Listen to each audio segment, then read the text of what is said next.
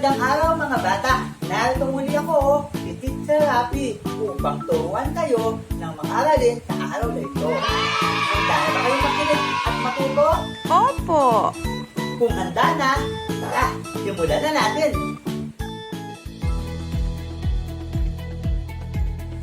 Mga bata, may mga gawain at tuntunin dapat tayong sundin sa loob ng ating tahanan. Nang sa gayon, tayo ay maging ligtas at maiwasan ang kapahamakan o aksidente sa loob ng ating mga bahay o tahanan. May mga ipapakita ko sa inyo mga larawan o video tungkol sa mga bagay-bagay na maaaring mangyari sa loob ng ating tahanan. Pasdan ninyo ang larawang ito. Nakikita nyo ba?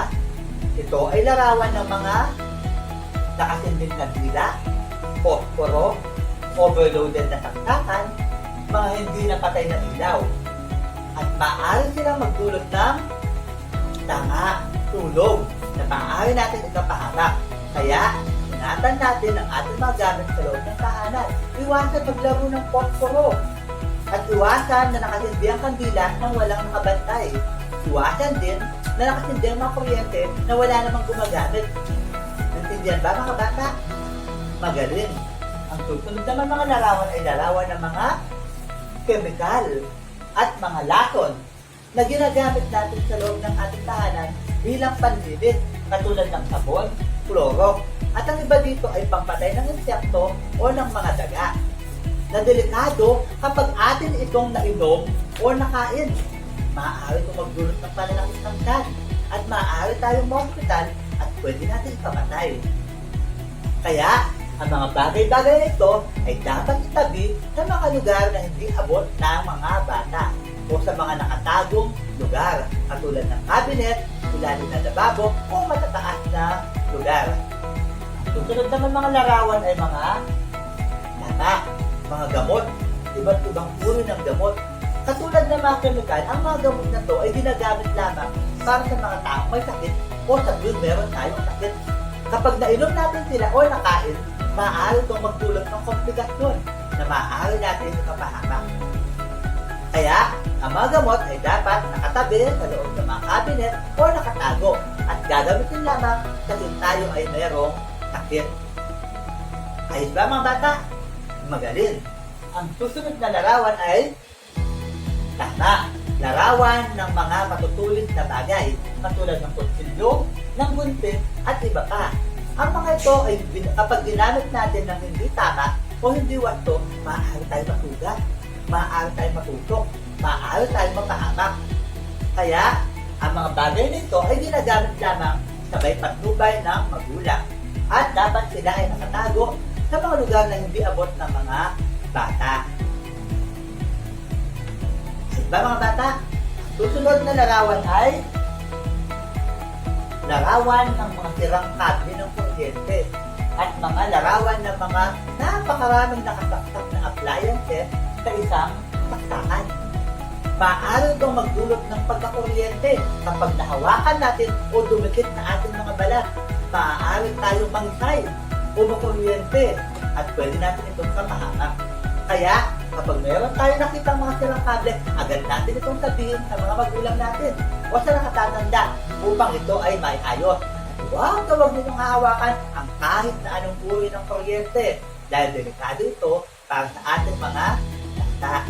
At yan ang mga tuntunin at gawain dapat natin sundin sa loob ng tahanan upang manatili tayong ligtas. Naintindihan ba mga bata? Opo! Magaling!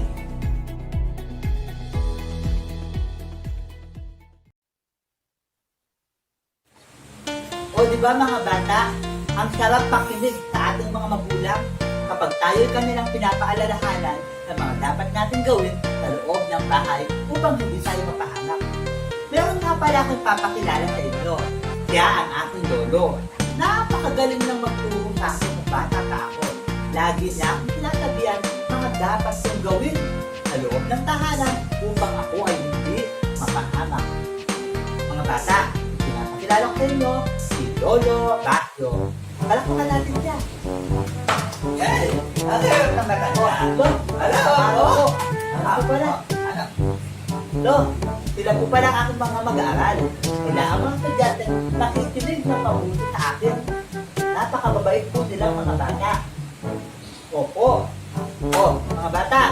Lolo Bastong nang bahala sa inyo ha. At makinig kayo sa kanyang kwento. Magaling magkwento si Lolo Bastong. Paalam Lolo, ikaw na muna bahala sa mga bata. Paalam mga bata.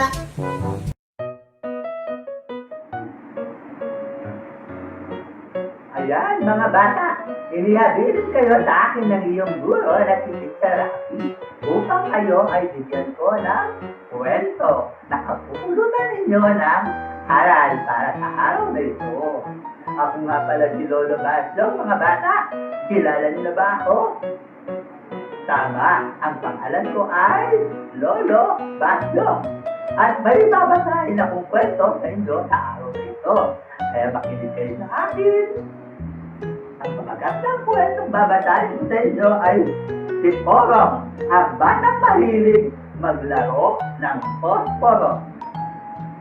Mukhang hindi maganda ang ganitong gawain mga bata.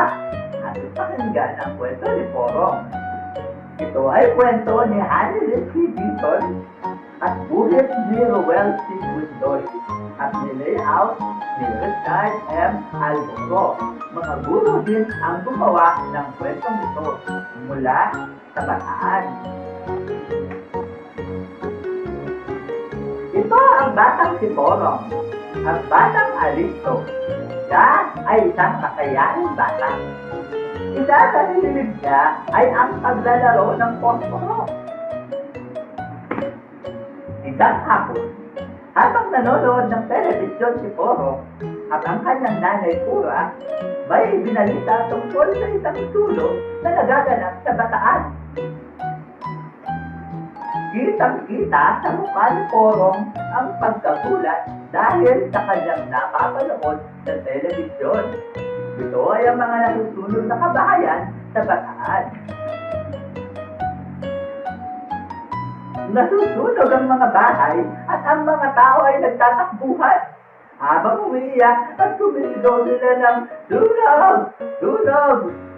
Kawawa ang mga tao sapagkat ang kanilang mga bahay, ang kanilang mga kagamitan ay nasusunog. At hindi na nakatiis si Porong. Kaya itinanong na sa kanyang nanay Pura, Nanay, Nanay, bakit po ba nagkakasunog? Delikado po ba yun? At ang sagot ng kanyang ina ay, Oo anak, delikado ang sunog. Maaari tayong masugatan o mamatay dahil sa sunog. Dahil ito sa malakas na apoy, pati na ang ating mga gamit at bahay ay maaaring mawala. Ang sabi ng nanay ni Porong.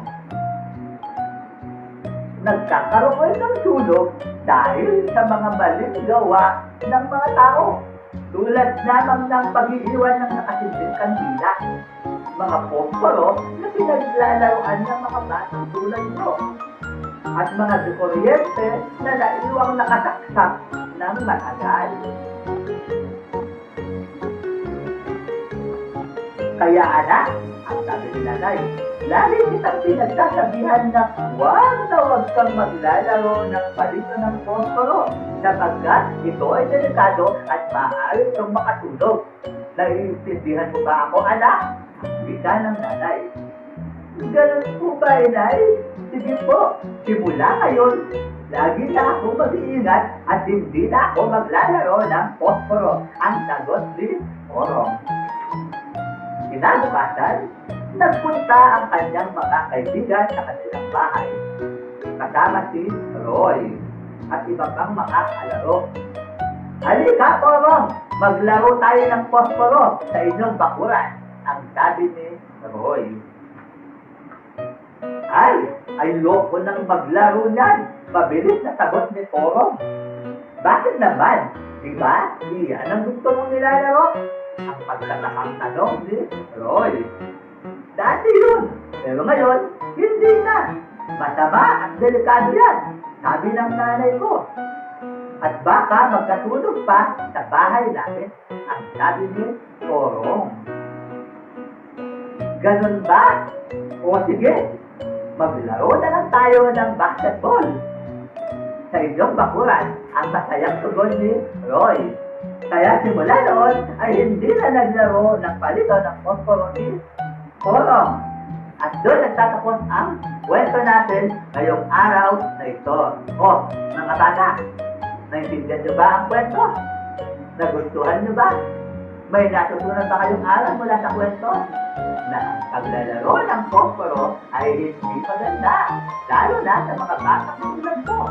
Ang mga nakatatanda lamang ang maaari gumamit ito sapagkat ginagamit nito sa pagluluto at iba pang mga bagay. Pero kayo mga bata, huwag na huwag na maglalaro ng posporo ha! Dahil baka mapahamak pa tayo, mapahamak ang iyong mga pamilya, matulog ang iyong bahay, o pwede kang masunog. Kaya mga bata, para sa araw na ito ang turo ni Lolo Basyo. Hanggang sa muli mga bata, paalam! Ayun ang talaga.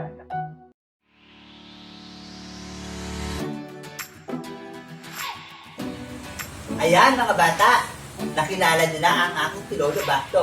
Diba? Ang galing niyang magkwento, ang galing niyang magbigay ng aral sa atin kung paano tayo magiging ligtas sa loob ng ating tahanan. Sige nga, kung nakikinig kayo kay Lolo Basyo, meron akong mga tatanong sa inyo tungkol sa kwento ni Lolo Basyo. Unang tanong, ano ang pamagat ng kwentong itinalaysay ni Lolo Basyo? Tama! Si Porong, ang batang mahilig maglaro ng posporo. Ikalawang tanong, ano ang napanood ni Porong sa telebisyon kasama ang kanyang ina na kanyang ikinagulat at ikinalungkot? Tama! Ang mga natutulog na bahay o tahanan. Nakakalungkot na naman yun. Ikatlong tanong, ayon sa nanay ni Porong, bakit daw delikado ang sunog? Anong yung mga sagot mga bata? Tama, delikado ang sunog dahil maaari natin itong kapahamak o ikamatay. At maaari din tayong mawalan ng mga gamit sa loob ng ating tahanan at maging ang ating tahanan ay maaaring mawala. Ika-apat na tanong, mga bata. Maliban sa paglalaro ng posporo, ano pa ang maaaring pagmulan ng sunog sa loob ng tahanan?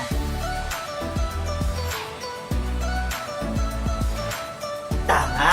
Maaari din pagmulan ng sunog ang mga naiwang nakasinding kandila, naiwang nakataktak na kuryente na wala namang gumagamit, at mga kuryente o kable na nakataktak ng sabay-sabay. At panglimang tanong mga bata, dahil naisip ni Porong na ayaw na maglaro ng posporo, ano na lamang ang kanyang pinagkabalahan kasama ang kanyang mga kaibigan? Tama ulit, sila ay naglaro na lamang ng basketball. Bukod sa magandang laro na ito, nakakaaliw, nakakalakas pa ito ng ating mga katawan at nakakapagdulot pa ng mabuting pakikipagkaibigan.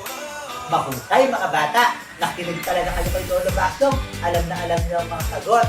O sige, tungo na tayo sa ating susunod na gawain. Handa na ba kayong magsagot sa ating mga module o mga LAS? Kung handa na, kunin ninyo ang inyong mga module o LAS sa Mate 2 para sa Quarter 4 week 1 to 7. At buksan ang inyong module sa pahina 19 o 19. Pagsanayan mo. Ito ang panuto. Sagutin ng tama o mali ang mga sumusunod. Isulat sa patlang ang iyong sagot. Handa na ba kayo magsagot mga bata? Simulan na natin. Unang tanong. Itago ang magsulit na gamit sa kusina tulad ng kutsilyo o ballpen at lapis na patuloy. Dalawang tanong. Huwag tumikim o amuyin ang mga produktong hindi kilala. Ikatlong tanong. Uminom ng gamot ng hindi nagpapatingin sa doktor.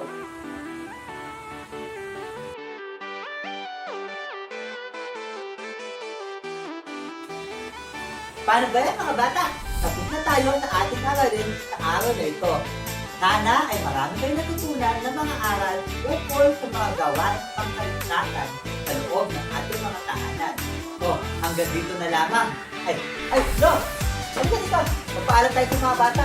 Oh, mga bata, hanggang dito na lamang. Hanggang sa susunod. Paalam mga bata. Paalam.